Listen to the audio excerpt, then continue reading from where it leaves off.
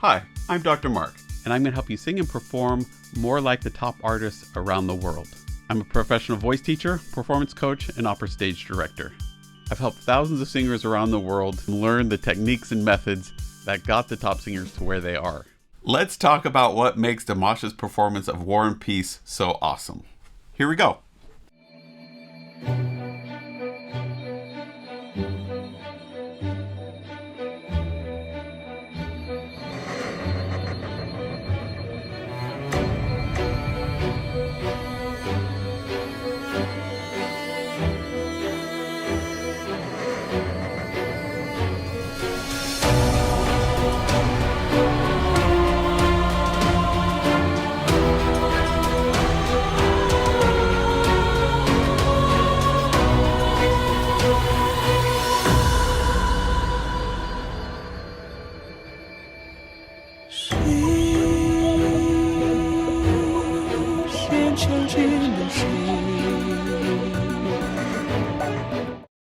Okay, so much to talk about here at the start. I'll try to keep it brief. First thing that we're noticing, you'll notice with each big musical element that's introduced, we see it happen in his eyes before we hear it, and then his body accents it. It makes it feel like that music is originating from him, like he's creating that music in the moment, doesn't it? I mean, as an audience, that's what it makes me feel like. And that gives that performer so much power. I mean, just think about it. That's what makes music and a performance like this so unique and so powerful. It can move us so much because not only is this a normal human being, this is a human being where this gorgeous music originates and comes from their soul, is how our subconscious kind of perceives it, if it's done right. It makes it engaging. It makes it really, really exciting and pretty magical. So that's the first thing. Pay attention to where those big shifts are in the music, where the big changes are when you're introducing a new element. You're adding a choir and you're adding in a new kind of beat or pulse, or there's a big dramatic moment, and take advantage of it with what you're doing with your body by letting your eyes discover the emotion or the thought or what you're seeing that then makes your body come along and makes the music happen with that. Love it. So the other thing that I want to point out here is his costume. You'll notice that the pattern of the sparkles, though, comes to an apex close to his face. On his back, it goes up towards his shoulder.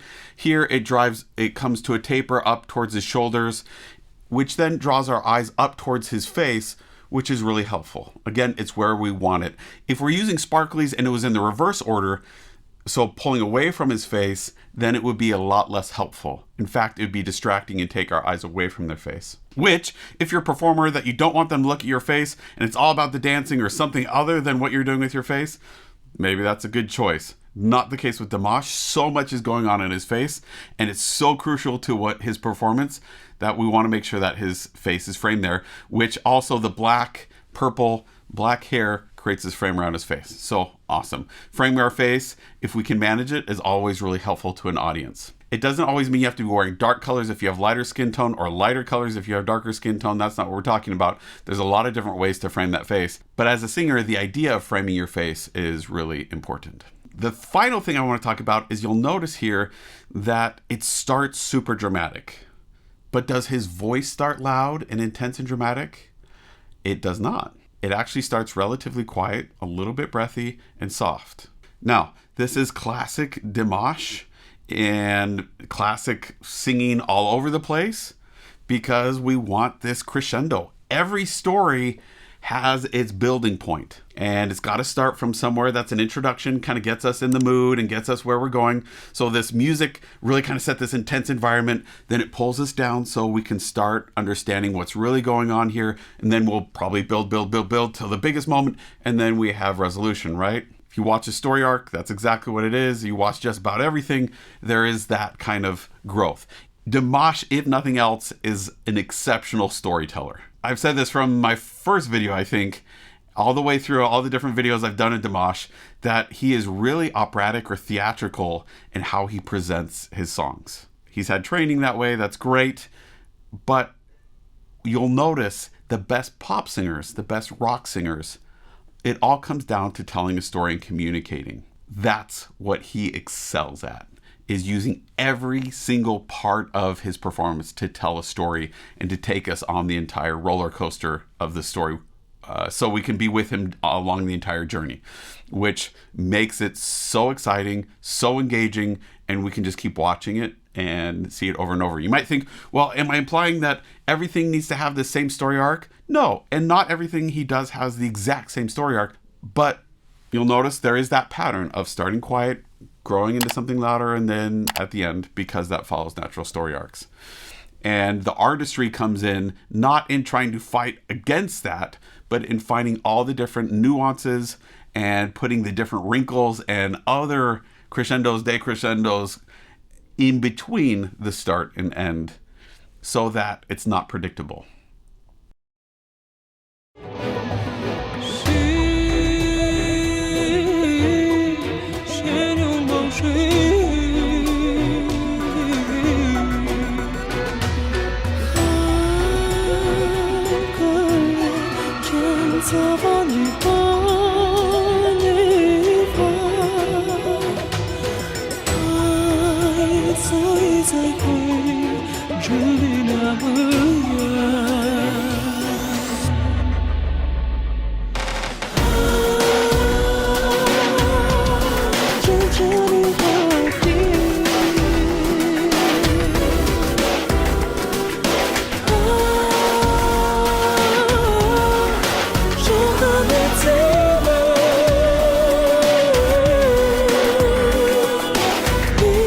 Okay, I want you to pay attention to how he moves his eyes, right?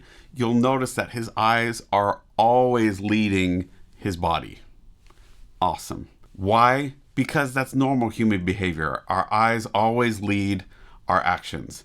If we don't and it all goes at once, it stops being believable, it stops feeling organic and spontaneous, and it starts feeling like dance. So, awesome.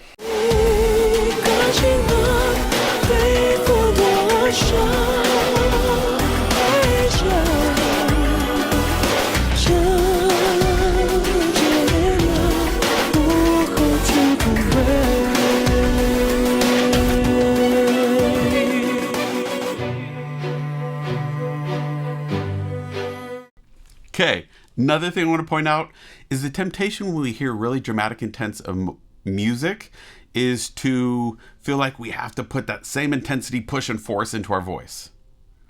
We don't. Yes, we might want to add clarity and more resonance and more ping and shape that sound so it matches the music. But you'll realize that even though the music is really intense, he's keeping it relatively smooth and quiet. It still feels intense because the music has that power. So trust the music to do what it needs to do, and that you don't have to micromanage the music by trying to push and force anything into it. Just sing easy, sing comfortable, make the sound that you need to make, and trust that that's enough to carry the intensity that you're wanting to go with it. Don't let it be a matter of forcing and pushing so it gets tight and tense and uncomfortable here. If that's what's going on, you're not trusting the music, you're not trusting your voice, and you're really pushing stuff that doesn't need to be pushed, and you're spending vocal currency that doesn't need to be spent. He is such a smart performer. Everything is so deliberate, so well chosen, so smart. He could sing this like this all day long and keep doing it. And that is the key to becoming a true professional performer. It's not just do you sound good and can you look good. It's can you do all these things and keep doing it day after day, performance after performance, sometimes multiple times a day. Can you handle that? Is your technique solid enough and healthy enough to allow you to keep that up? Clearly his is, because he keeps pumping out stuff all the time. And it doesn't get worse. It just keeps getting better with each new thing that happens, which is a sign that he's an artist committed to excellence, which is always exciting to see. See how engaged those eyes are?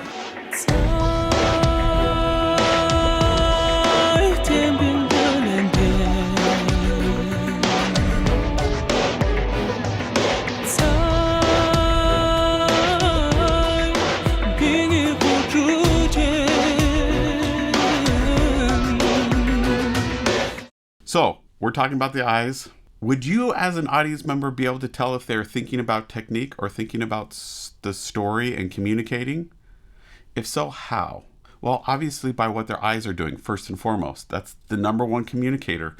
So when we're looking here, as far as the audience is concerned, is not thinking about technique at all. Do you see his eyes ever go into this kind of panic mode, or like he's thinking inside his head or trying to fix something or adjust something, or that something's gone wrong? Nope.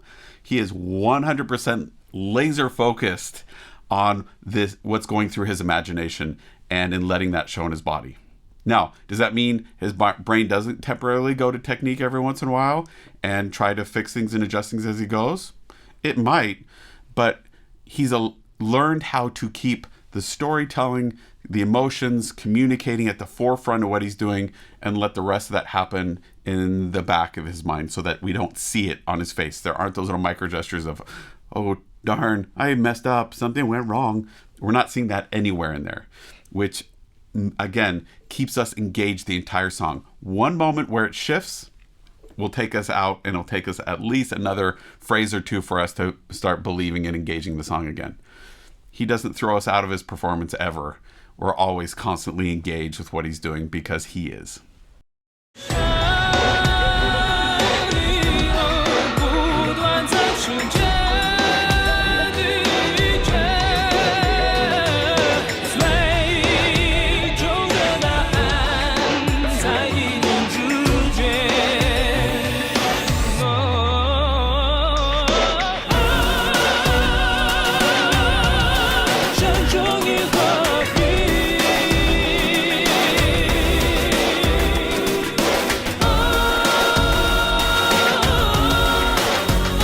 Okay, so both of those high notes back to back, we saw this top row of teeth come out, but the sound was very different.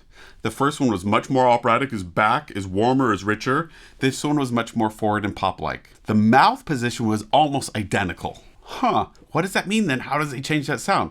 Well, he's changing it by the shape here and back.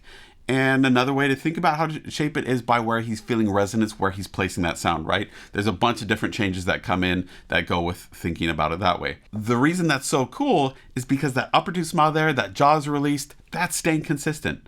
And that's true. We can watch opera singers make that same sound. We can see pop singers, metal singers, doesn't matter. When they're in that middle high register, those teeth come out, that jaw releases, and we get a really rich sound, a really full sound.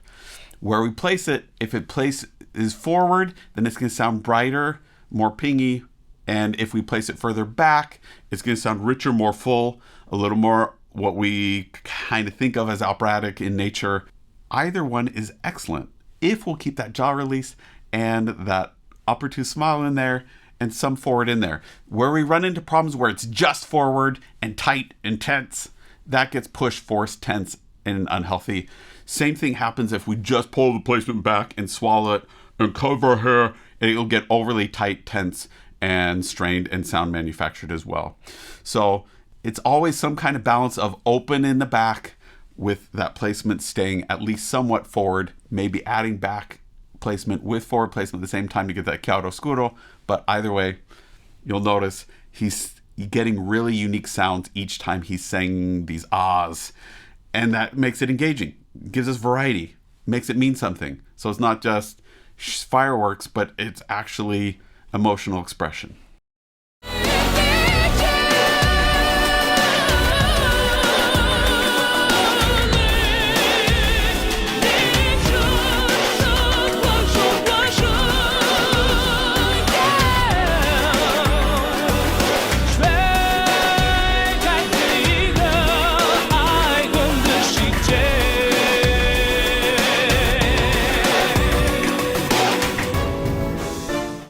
Okay, so one thing, if you are struggling with certain vowels constantly changing placement for you, like say an ah, ooh, all like to pull that placement right back and get swallowed and start getting heavy, tight, and uncomfortable. An exercise that you can try, this comes to mind because for some reason this week, I had a lot of students who found a lot of help in this particular exercise.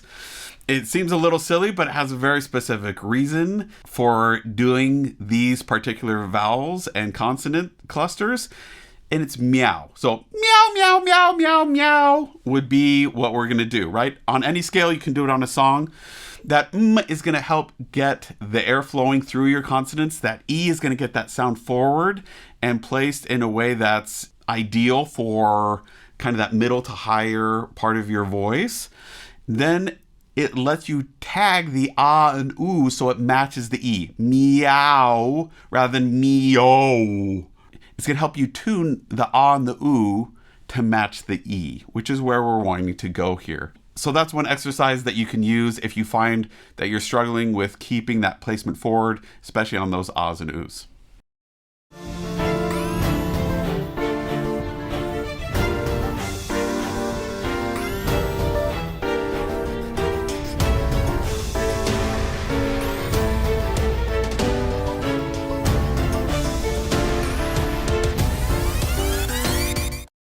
So there's this long music interlude.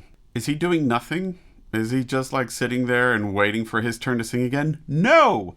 He's not doing a ton, but he is still super engaged in the story. His body is still matching what's going on with the music. This is crucial and a mistake we see a lot of young artists make, where before they're singing, if there's music, in the middle, if there's a music interlude thing like this, where they kind of just shut off and then they come back alive again when it's time to sing. Can't do it. Don't do it. Remember, everything we're hearing on stage, if you're the soloist, you're the center of attention, needs to feel like it's coming from you. And if you turn off and you stop engaging in the storytelling at any point while that music's going, it ruins the illusion and the audience won't believe it anymore. And they'll disengage and it won't feel genuine and authentic anymore. Does he ever disengage? No, I don't think I've ever seen him disengage from the performance that's at hand. His focus is incredible.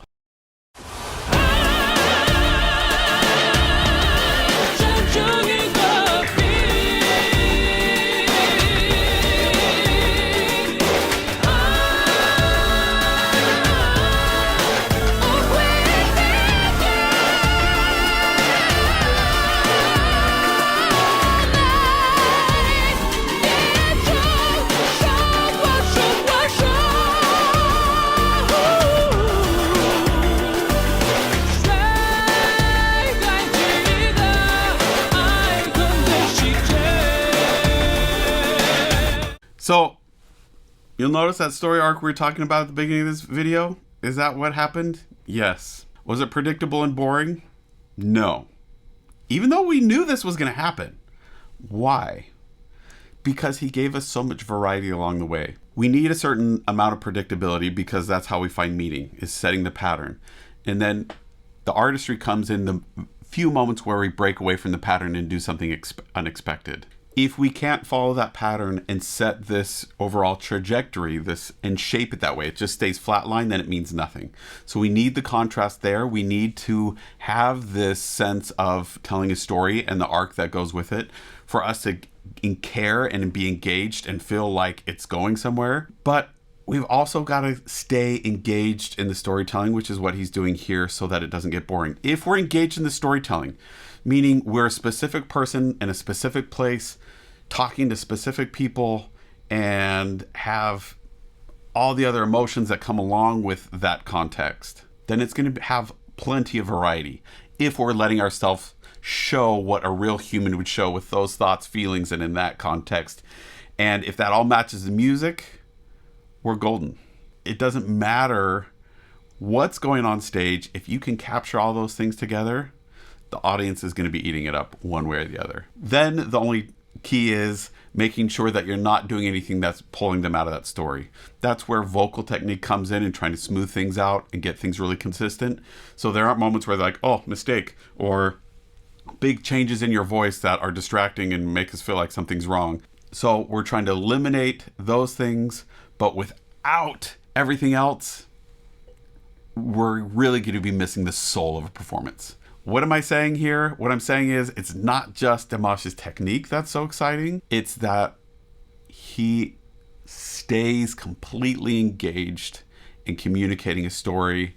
He's already put in the work and effort to solidify that technique, so he doesn't have to focus on that. He just has to focus on communicating and storytelling for the most part, and that is thrilling as an audience member.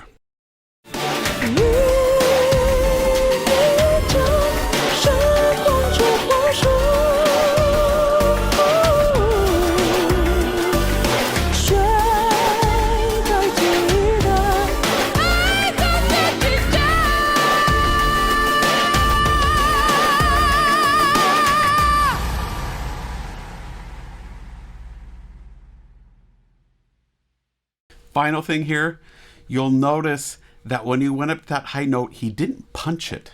It sounds like it because it's an abrupt high note, but it wasn't a huge increase in airflow. He changed the placement, so we had a big contrast because before that was a little breathy far back, and then he brought it to that high note really clear and forward and bright and pingy. But it was a matter of resonance, not a matter of pushing air and getting tight and tense and pushing things through and making emotion that way. That's really important. He kept that airflow still really nice and consistent, connected it with what was going on below it, and consequently, it came out gorgeously. And it's still read as a big finish at the end. Awesome.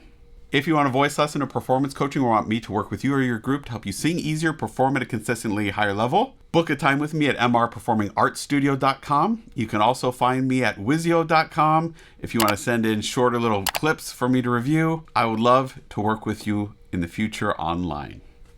See you next time.